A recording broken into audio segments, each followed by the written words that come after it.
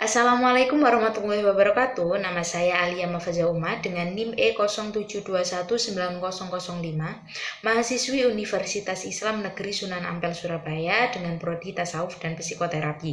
Di sini saya ingin menjelaskan tentang tarekat Sidikiyah guna untuk menyelesaikan tugas mata kuliah Tarekat Mutabaro 2 yang diampu oleh Bapak Syaifullah Yazid. Berikut adalah poin-poin yang akan saya presentasikan. Pembahasan yang pertama, saya akan membahas tentang sejarah dan perkembangan tarekat Sidikiyah.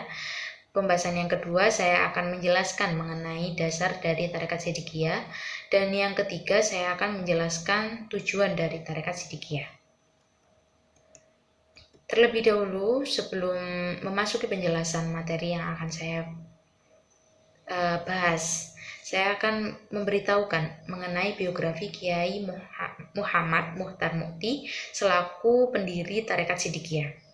Kiai Muhammad Muchtar Mukti, beliau merupakan putra dari pasangan Haji Abdul Mukti dan Nyai Nasihah.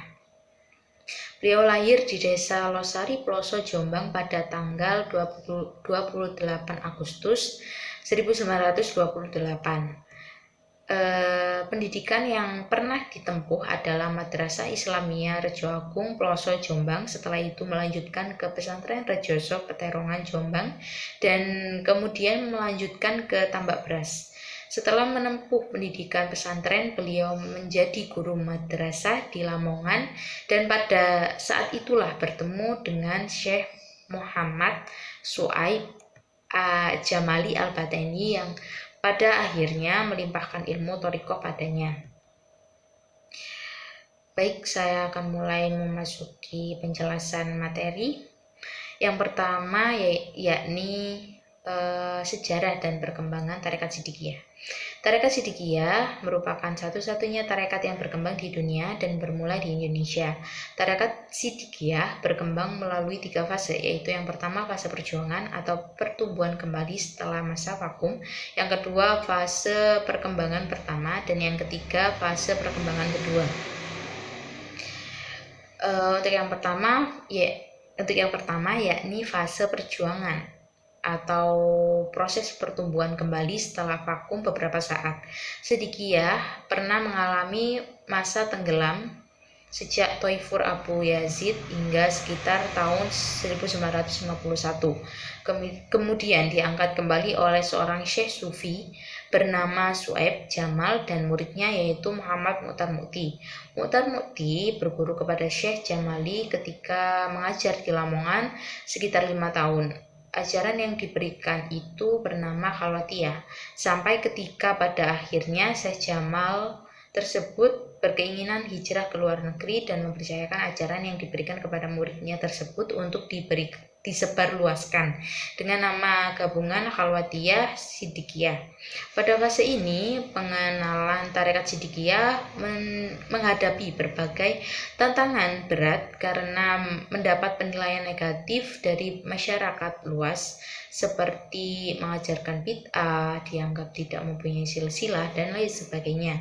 Dengan keteguhan Muchtar Mukti yang ingin mengharumkan nama Tarekat Sidikiyah dan menepis segala tanggapan negatif dengan menjelaskan mulai dari silsilah thariqah Sidikiyah yang dijelaskan dalam kitab Tanwirul Qulub fi Muamalati Huyub, yakni ketahuilah bahwa sesungguhnya julukannya silsilah itu berbeda-beda disebabkan berbedanya waktu. Silsilah dari sahabat Abu Bakar As-Siddiq radhiyallahu an sampai Syekh Thoifur bin Isa Abi Yazid Al-Bustami dinamakan Sidikiyah. Dari sini sudah mulai mendapat respon dari Nahdlatul Ulama.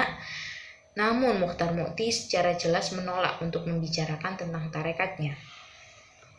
Kemudian pada fase kedua yang merupakan fase perkembangan pertama yang diawali pada tahun 1970 sampai 1999.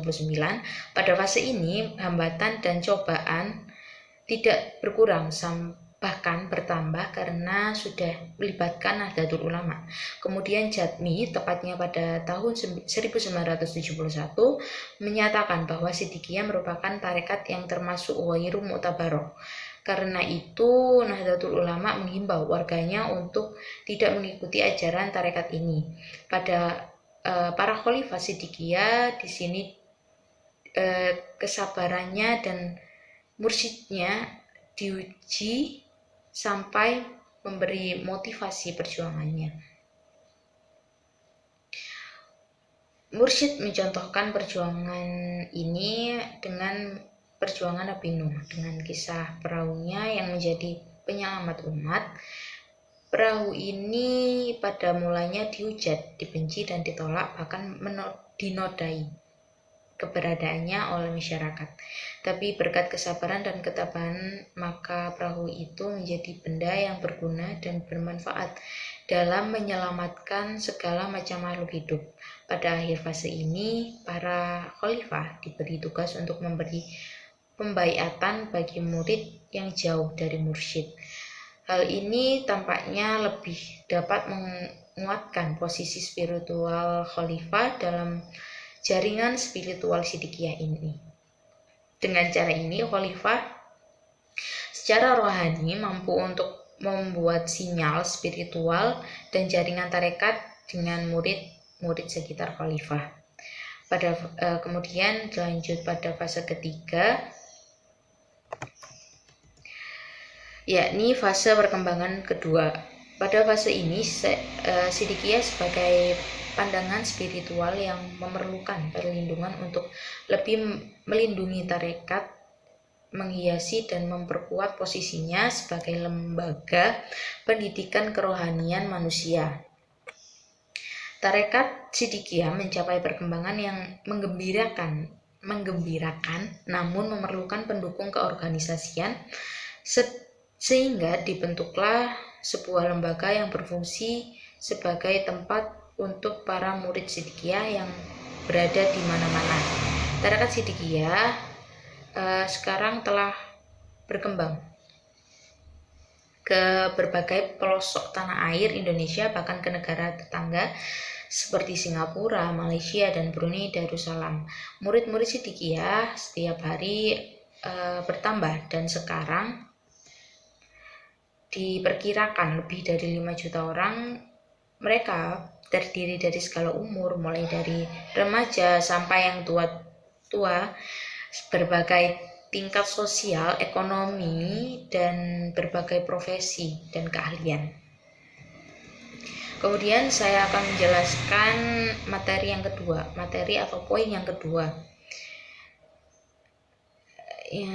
yakni dasar tarekat Siddiqiyah berdasarkan surat Al-Jin ayat 16, yaitu dan jika manusia tetap pada suatu tarekat, pasti mereka akan mendapat air yang menyegarkan. Ajaran tarekat adalah ajaran agama Islam, bukan ajaran ulama salaf atau ulama yang ulama pertengahan setelah sahabat. Sebagaimana anggapan sebagian kecil ulama Islam, ajaran tarekat dititik beratkan kepada ajaran zikrullah. Masalah zikrullah telah dicontohkan atau diajarkan oleh Nabi Muhammad SAW. Ajaran tarekat atau zikrullah ini adalah ajaran yang bersifat khusus, artinya tidak akan diberikan atau diajarkan kepada siapa saja selama orang itu tidak memintanya. Oleh sebab itu, untuk menerima ajaran tarekat atau zikrullah ini harus melalui baiat tersebut di dalam Al-Quran surat Al-Fat ayat 10 yang mempunyai arti, sesungguhnya orang-orang yang baiat kepadamu Nabi Muhammad, sesungguhnya mereka baiat kepada Allah juga. Baiat sebagai bentuk proses ijab kabul atau serah terima pelajaran. Untuk memperoleh pelajaran Siddiqiyah harus melalui proses pengajaran yang pengesahan atau ijab kabulnya antara seorang guru